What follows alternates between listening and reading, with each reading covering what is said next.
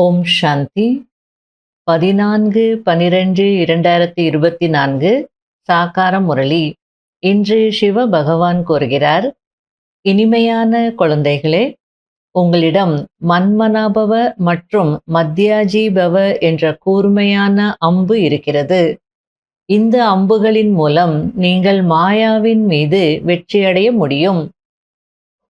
கேள்வி: குழந்தைகளுக்கு பாபாவின் உதவி எந்த ஆதாரத்தில் கிடைக்கிறது?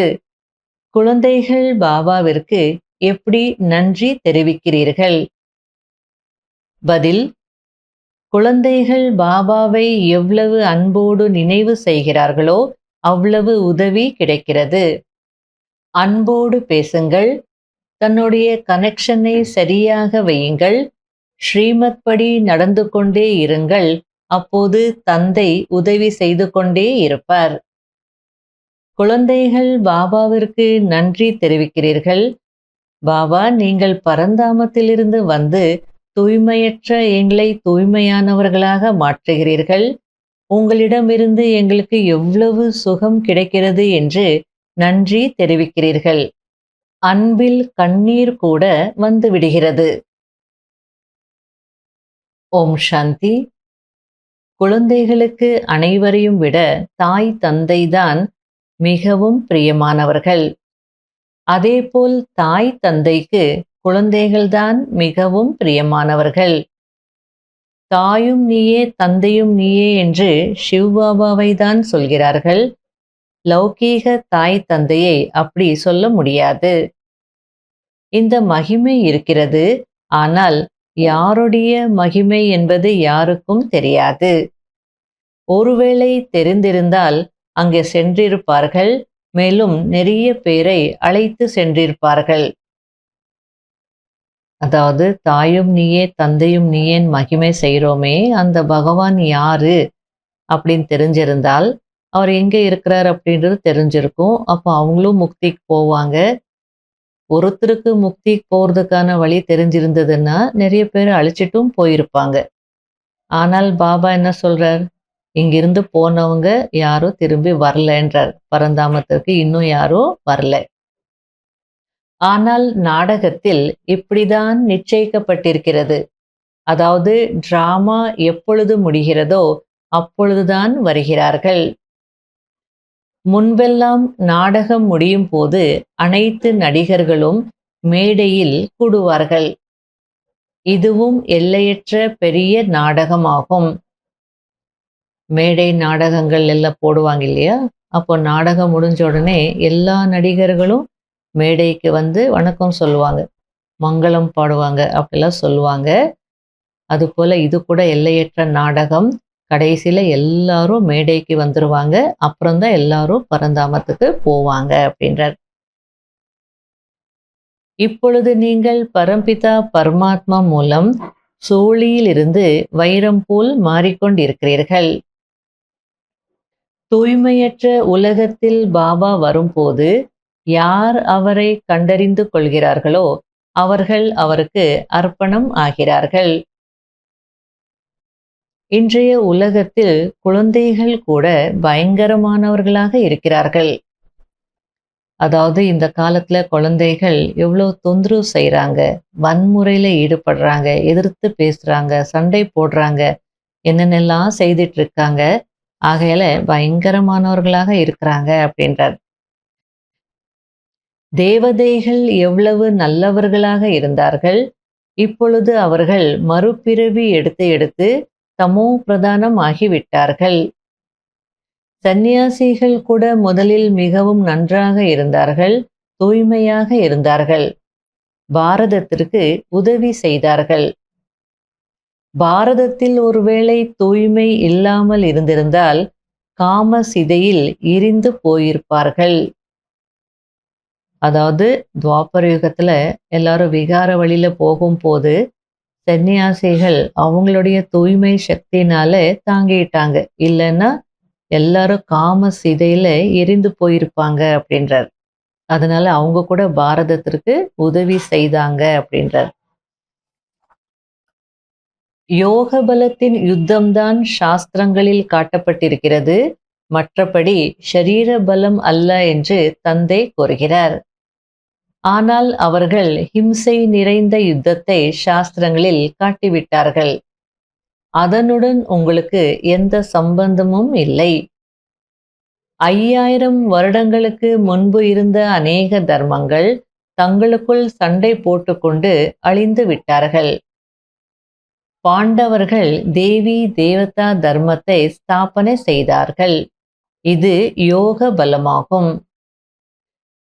மிகவும் அன்பான குழந்தைகளுக்கு எல்லையற்ற தந்தை புரிய வைக்கிறார். லௌகீகத்திலும் தந்தைக்கு குழந்தைகள் வரிசை கிரமமாக பிரியமானவர்களாக இருப்பார்கள். சிலர் மீது அன்பு அதிகமாக இருக்கும், சிலர் மீது அன்பு சற்று குறைவாக இருக்கும். எவ்வளவு செல்லமான குழந்தையாக இருப்பாரோ அவ்வளவு அதிகமாக அன்பு இருக்கும். இங்கு கூட யார் சேவையில் ஈடுபட்டிருக்கிறார்களோ, இரக்க மனமுடையவர்களாக இருக்கிறார்களோ அவர்கள் மீது அன்பு அதிகமாக இருக்கும். அதாவது லௌகீகத்திலையும் ஒரு அப்பாவுக்கு 2 குழந்தைகள் 3 குழந்தைகள் அப்படின்னா, யார் நல்லா படிக்கிறாங்களோ, சொல்படி நடக்கிறாங்களோ, சம்பாதிப்பாங்களோ, மதிப்பு கொடுக்குறாங்களோ அவங்க மீது அன்பு கொஞ்சம் அதிகமாக இருக்கும் இல்லையா? எல்லாரும் குழந்தைகள் தான், எல்லார் மீதும் அன்பு இருக்கும். ஆனால் சொல்படி நடக்கக்கூடிய குழந்தைகள், நல்ல நடத்தை இருக்கு, நல்ல குணம் இருக்கு, சம்பாதிச்சு கொடுக்குறாங்க அப்படின்னா அவங்க மீது உள்ளுக்குள்ள எக்ஸ்ட்ரா அன்பு இருக்கும் இல்லையா? அதை பற்றி சொல்லிட்டு இருக்கார். அதுபோல இங்கேயும் யார் நல்ல சேவை செய்கிறாங்களோ, சேவையில் ஈடுபட்டிருப்பாங்களோ, இரக்க மனம் உடையவர்களாக இருப்பாங்களோ அவங்க மீது அன்பு அதிகமாக இருக்கும். எப்பொழுது மிகவும் தமோ பிரதானமாக ஆகிவிடுகிறார்களோ அப்போதுதான் பாபா வரக்கூடிய புரோகிராம் இருக்கிறது. மற்றபடி ஈஸ்வர் என்ன விரும்புகிறாரோ அதை செய்ய முடியும், அல்லது எப்போது விரும்புகிறாரோ அப்போது வர முடியும் என்பது கிடையாது. ஒருவேளை அப்படிப்பட்ட சக்தி இருந்தால் பிறகு ஏன் அவ்வளவு நிந்தனை ஏற்பட்டிருக்கும்? இந்த விஷயங்கள் மிகவும் மறைமுகமாக இருக்கிறது. அதாவது உலகத்துல என்ன நினைக்கிறாங்க அப்படின்னா, பகவான் எப்போ வேணாலும் வரலாம், என்ன வேணாலும் செய்யலாம், அவரால் அது முடியும், அவர் சர்வசக்திவான் அப்படின்னு நினைக்கிறாங்க. அதுக்கு பாபா சொல்றார், அப்படி இருந்திருந்தால் நீங்க துவாபர யுகத்துல நிந்தனை செய்ய ஆரம்பிச்சீங்களே, அப்போவே நான் என்ன பண்ணியிருப்பேன், தடுத்திருப்பேன். நான் சர்வ வியாபி இல்லை, என்னை நிந்தனை பண்ணாதீங்க, உங்க துன்பங்களுக்கெல்லாம் நான் காரணம் இல்லை, என்ன குறை சொல்லாதீங்க அப்படின்னு அப்போவே அவரு தடுத்திருக்கலாம். ஆனால் அந்த மாதிரியான பவர் என்கிட்ட இல்லை. நீங்க ஃபுல்லா தமோ பிரதானம் ஆகும் போதுதான் நான் வர வேண்டிய ப்ரோக்ராமே இருக்கு. அதனால இது மறைமுகமான விஷயங்கள் அப்படின்றார். புரிஞ்சுக்க வேண்டிய விஷயங்கள். என்னுடைய இனிமையிலும் இனிமையான செல்ல குழந்தைகள், யார் நல்லவர்களோ, யார் ஞானத்தை கடைபிடித்து தூய்மையாக இருக்கிறார்களோ, உண்மையான யோகி மற்றும் ஞானியாக இருக்கிறார்களோ அவர்கள் எனக்கு மிகவும் பிரியமானவர்கள். லௌகீக தந்தைக்கு கூட சிலர் நல்ல குழந்தைகளாகவும் சிலர் கெட்ட குழந்தைகளாகவும் இருக்கிறார்கள். குலத்திற்கு களங்கம் ஏற்படுத்தக்கூடியவர்களும் இருக்கிறார்கள். இங்கேயும் அவ்வாறு இருக்கிறார்கள். குழந்தைகளாகிய நீங்கள் இச்சமயம் நரகத்தை சொர்க்கமாக மாற்றக்கூடியவர்கள். நீங்கள் வெளிச்சத்தை கொடுக்கக்கூடியவர்கள், எழுப்பக்கூடியவர்கள். மற்ற அனைவரும் கும்பகர்ண தூக்கத்தில் தூங்கிக் கொண்டிருக்கிறார்கள். தாய்மார்களாகிய நீங்கள் எழுப்புகிறீர்கள், சொர்க்கத்திற்கு அதிபதியாக ஆக்குகிறீர்கள். இதில் பெரும்பான்மையான பங்கு தாய்மார்களுடையதாகும். எனவேதான் வந்தே மாதரம் என்று சொல்லப்படுகிறது. பாபாவின் அறிமுகத்தை அனைவருக்கும் கொடுப்பதுதான் உங்களுடைய கடமையாகும். அனைவரும் ஏழைகளாகி விட்டிருக்கிறார்கள். இந்த விஷயங்களை கூட போன கல்பத்தில் புரிந்து கொண்ட கோடியில் ஒரு சிலர்தான் புரிந்து கொள்வார்கள். அதே நேரத்தில் முழு உலகத்தில் மிக பெரிய முட்டாளை பார்க்க வேண்டும் என்றாலும் இங்கே பாருங்கள் என்று பாபா புரிய வைத்திருக்கிறார்.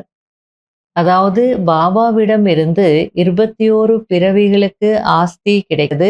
அவருடைய கையையே விட்டு விடுகிறார்கள். இதுவும் நாடகத்தில் நிச்சயிக்கப்பட்டிருக்கிறது.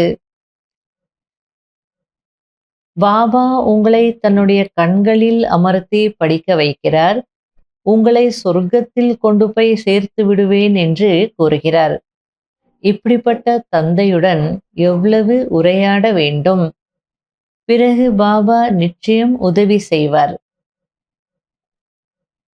இரவில் நினைவு செய்யும் போது மிகவும் ஆனந்தமாக இருக்கும். அதாவது பிரம்மா பாபா அவருடைய அனுபவத்தை சொல்றார். இந்த மாதிரிலாம் நான் அமிர்த வேளையில எழுந்து பாபா கூட பேசுறேன், பாபா கூட உரையாடும் போது எவ்வளோ ஆனந்தமா இருக்கும், நீங்களும் அதை செய்யுங்க அப்படின்னு புரிய வச்சுட்டு இருக்கிறார். நல்லது.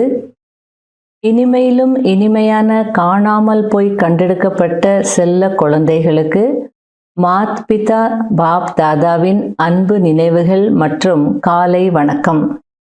ஆன்மீக குழந்தைகளுக்கு ஆன்மீக தந்தையின் நமஸ்காரம். கடைபிடிக்க வேண்டிய முக்கியமான சாராம்சம். முதல் பாயிண்ட், தந்தைக்கு பிரியமானவராக ஆகுவதற்கு இரக்க மனமுடையவராகி சேவையில் ஈடுபட வேண்டும். நல்ல குழந்தையாகி கட்டளைகளுக்கு கீழ்ப்படிந்தவராகி உண்மையான யோகி மற்றும் ஞானி ஆக வேண்டும். இரண்டாவது பாயிண்ட், அமிர்த வேளையில் எழுந்து பாபாவிடம் மிகவும் இனிமையிலும் இனிமையாக பேச வேண்டும். பாபாவிற்கு நன்றி செலுத்த வேண்டும். தந்தையின் உதவியை அனுபவம் செய்வதற்கு மிகவும் அன்பான தந்தையை மிகவும் அன்போடு நினைவு செய்ய வேண்டும். வரதானம். சதா ஊக்க உற்சாகத்தில் இருந்து மனதினால் குஷியின் பாடலை பாடக்கூடிய அழியாத அதிர்ஷ்டசாலி ஆகுங்கள். அதிர்ஷ்டசாலி குழந்தைகளாகிய நீங்கள் அழியாத விதியின் மூலம் அழியாத சித்திகளை அடைகிறீர்கள். உங்களுடைய மனதில் இருந்து சதா ஆஹா ஆஹா என்ற குஷியின் பாடல் ஒலித்து கொண்டே இருக்கிறது. ஆஹா பாபா, ஆஹா அதிர்ஷ்டம், ஆஹா இனிமையான பரிவாரம், ஆஹா உயர்ந்த சங்கமயுகத்தின் அழகான நேரம் என்று ஒலித்து கொண்டே இருக்கிறது. ஒவ்வொரு கர்மமும் ஆஹா ஆஹா என்று இருக்கிறது. ஆகையால் நீங்கள் அழியாத அதிர்ஷ்டசாலி ஆவீர்கள். உங்களுடைய மனதில் ஒருபோதும் ஏன் அல்லது நான் என்பது வரவே முடியாது. ஏன் என்பதற்கு பதிலாக ஆஹா ஆஹா என்ற வார்த்தை, மேலும் நான் என்பதற்கு பதிலாக பாபா பாபா என்ற வார்த்தை தான் வருகிறது. ஸ்லோகன். என்ன சங்கல்பம் செய்கிறீர்களோ அதன் மீது அழியாத அரசாங்கத்தின் முத்திரையை பதித்து விடுங்கள். அப்போது உறுதியானவர்களாக இருப்பீர்கள். இன்றைய அவ்வியக்த சமிக்கை. திருப்தியான ஆத்மாக்கள் சதா சுயநலமற்றவர்களாக இருப்பார்கள். மேலும் சதா அனைவரையும் நிர்தோஷாக, அதாவது யார் மீதும் எந்த தவறும் இல்லை என்று அனுபவம் செய்வார்கள். யார் மீதும் பழி போட மாட்டார்கள். பாக்கியத்தை உருவாக்கும் வள்ளல் மீது, அதாவது என்னுடைய தலையெழுத்தை மட்டும் ஏன் இப்படி எழுதியிருக்கிறாய் அப்படின்னு சொல்லி பழி போட மாட்டாங்க. டிராமாவின் மீது, அதாவது டிராமாவில் என்னுடைய பார்ட் மட்டும் ஏன் இப்படி இருக்கு அப்படின்னு சொல்லி பழி போட மாட்டாங்க. மனிதர்கள் மீது, எனக்கு மட்டும் ஏன் இப்படிப்பட்ட மனிதர்கள் அமைந்திருக்கிறார்கள் அப்படின்னும் சொல்ல மாட்டாங்க. ஷரீரத்தின் கணக்கு வழக்கின் மீது, அதாவது என்னுடைய சரீரம் மட்டும் ஏன் இப்படி இருக்கு என்று இப்படியெல்லாம் பழி போட மாட்டார்கள். அவர்கள் சதா சுயநலமற்ற தோஷமற்ற உள்ளுணர்வு மற்றும் பார்வை உடையவர்களாக இருப்பார்கள். அதாவது நான் இப்படி இருக்கிறதுக்கு காரணம் இவங்க தான் அவங்க தான் யார் மீதும் பழி போட மாட்டாங்க. சுயநலமற்றவர்களாக தோஷமற்றவர்களாக இருப்பாங்க. ஓம் சாந்தி.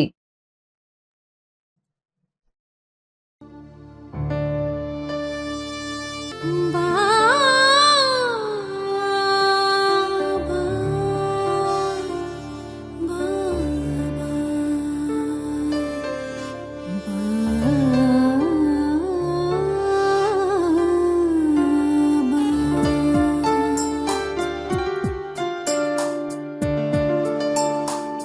எனது